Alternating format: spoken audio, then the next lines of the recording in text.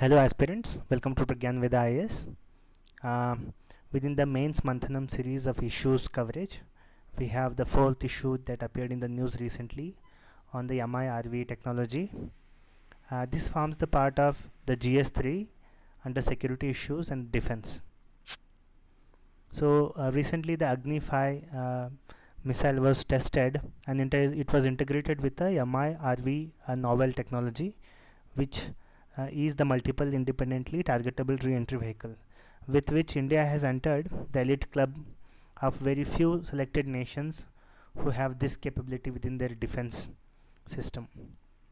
So we will discuss on this as we move on. So just you can start with introduction to the technology that recently India under Agni 5 ballistic missile test, under the mission called Divyastra. Important, a question can come in prelims also. Divyastra mission is related to dash, so like that. So basically the Agni 5 missile, which is the surface to surface missile, right? So there are different kinds of missile systems. We have surface to surface, surface to air, air to air, and air to surface kind of systems. And this Agni 5 system falls under the surface to surface missile system. There are again two kinds of kind of missile systems based on the trajectory that follow. We will discuss that in the upcoming slides. So it holds significant strategic importance for India because it was tested for a range of around 500 kilometers, and this is a very crucial capability that helps in India's nuclear deterrence capability, right? So as the diagram shows here, generally within the surface to surface missile system there will be a warhead which carries the missiles, and there are multiple warheads will be there, right? Generally single warhead will carry a single missile, and but in the MIRV enabled system we will have multiple warheads like this, and therefore missile can be targeted for multiple places like this, and with different speed and different trajectory, so to speak. So just in the background there are two kinds of paths that are being followed in the missiles, mainly the cruise missiles and the ballistic missiles. In the ballistic missile there is a curvature or a path of parabolic shape like this, which is being followed, and it is generally initiated by a rocket, whereas in a cruise missile system the jet engines are there that propels, and the path is followed like this. And there is also one more boost glide vehicle. Sometimes it kind of glides through the layers of the atmosphere.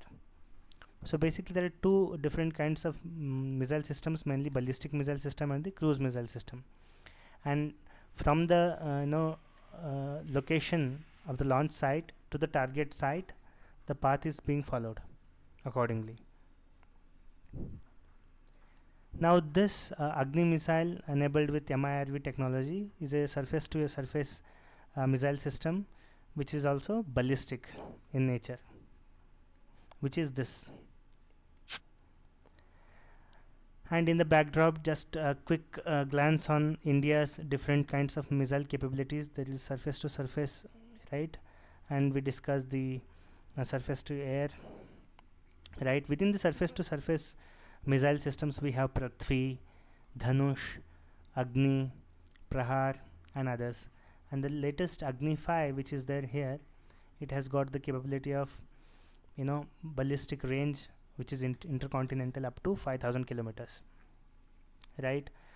And also there is cruise missile capability. We have the BrahMos, the very famous BrahMos missile, which is also surface to surface, yet it is a cruise missile, and up to 2.8 Mach it goes, right? Questions came on this in UPSC also in prelims. And we have the surface to air, within which we have Trishul, Akash, Maitri, and Barak. right? Important. And there are others also, Prithvi, Nag anti-tank missile guided missile system and others. Okay, so what we are discussing today, the Agni 5 is this surface to surface ballistic range. So we can discuss certain features of the MIRV technology. It has one missile and multiple warheads.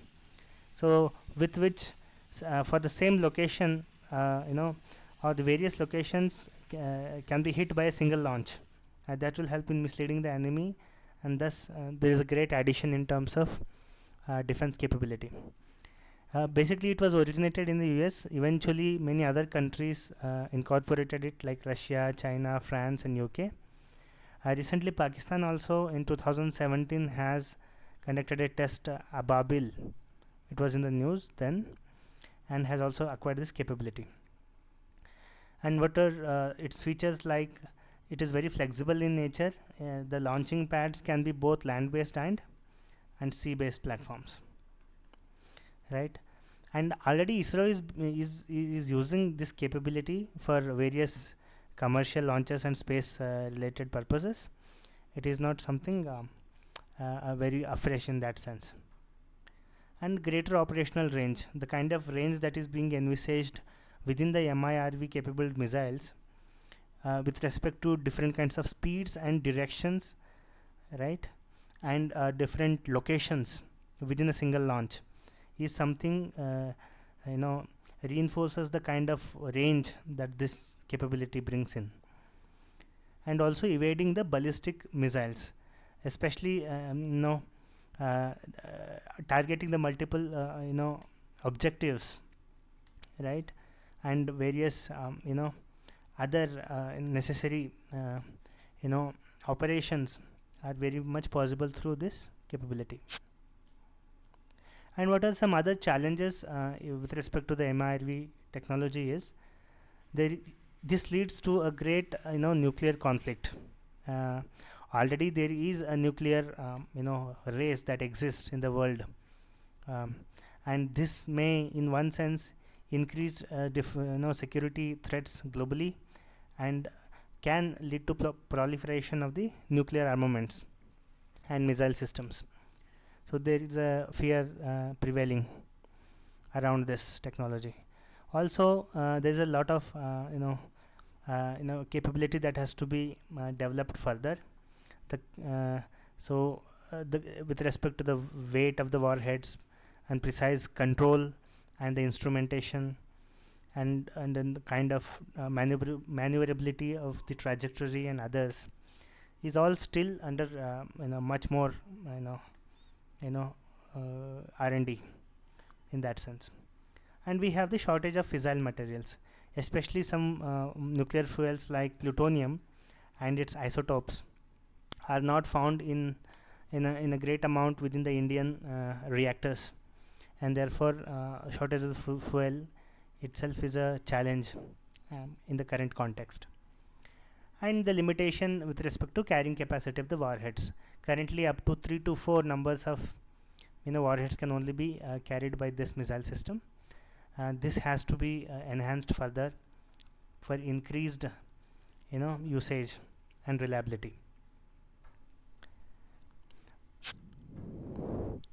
And what is the way forward for this technology would be that ensuring adequate nuclear testing in the first place, because with increasing number of warheads would mean miniaturization of the warheads, that would bring in complexity in design and innovation and all this and this also has to be tested, and safety and testing is at the core of the nuclear power and capability. Then we have the international agreements. Already we have the MECR group, if you remember the right. So within the MECR group, which is the informal group, not related to the UN, of course, but it has 4 sub groups under it. The Wassenaar Agreement. Then we have the Australia group, the nuclear suppliers group, and the missile technology control regime. So these are certain global efforts in controlling and deploying nuclear armaments world across, and therefore there has to be you know revisit to these agreements, keeping in mind this technology and with respect to its advancement and deployment. And maybe there is a requirement for an alternate regime to be envisaged apart from the Wassenaar agreement and MTCR agreement, like that. So you can say this kind of a way forward. And towards the conclusion, what we can say, although MIRV coming into Indian scenario has brought in that capability and marks the significant milestone in enhancing India's nuclear deterrence.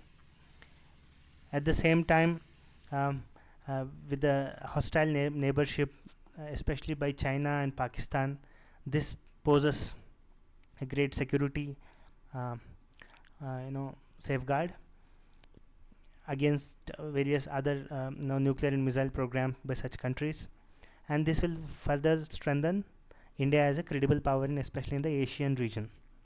Like that you can conclude. Now quickly getting into different kinds of questions that UPSC asks. See, last year in 2000, I think last year 2021, there was a question on S400 missile system by the UPSC in mains.